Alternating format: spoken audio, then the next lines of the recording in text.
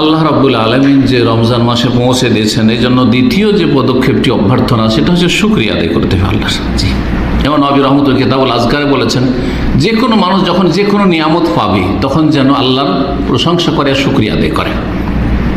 লিমান তাজাদ্দাদাত লাহু নি'মাতুন যাহিরাতুন, কোনো বাহ্যিক নিয়ামত দেখতে পাচ্ছেন, আল্লাহ আমাকে নিয়ামত দিয়েছেন, যে কোনো দিন দুনিয়ার নিয়ামত, আও ইনদাফাত আনহু নিকমা, অথবা কোনো বালা মুসিবত কেটে গেল, বিপদ আপদের সম্মুখীন হয়েছিলেন আর তারপরে কেটে গেল, তাহলে কি করতে হবে? আইয়াসজুদা লিল্লাহি তাআলা, আল্লাহর শুকরিয়া আদায় করে, আইয়াসজুদা শুকরান লিল্লাহি তাআলা, আল্লাহর শুকরানায় সিজদায় শুকর করবে।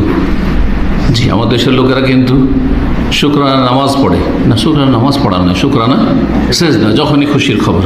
আর এমনিও জবানে শুকরিয়া আদায় করে আলহামদুলিল্লাহ। সূরা ইব্রাহিম আয়াত নম্বর 7 আল্লাহ বলেছেন, লাইন শাকারতুম লাযিদান্নাকুম, আল্লাহ ঘোষণা করেছেন যে তোমরা যদি শুকরিয়া আদায় করো তাহলে আরো বেশি দেব।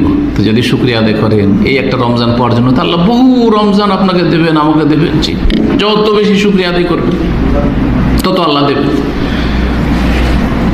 এবং যদি শুকরিয়া আদায় করেন তো যতটা এর আগে রমজানে ভালো কাজের তৌফিক পেয়েছেন ওর চাইতে বেশি পাবেন, শক্তি সামর্থ্য আল্লাহ দেবেন। ওই রকমের আল্লাহ পরিবেশ তৈরি করে দেবেন, ওই রকম মন মানসিকতা আল্লাহ তৈরি করেন। সব কিছু আল্লাহর হাতে, মানুষের কলব হচ্ছে আল্লাহর হাতে। সবসময় আল্লাহমুখী আপনার অন্তর, যেটা এর আগে রমজানগুলোতে ছিল না হয়তো। কিসের বদৌলতে? ওই যে আল্লাহর শুকরিয়া আদায় করেছেন আন্তরিকতার সাথে।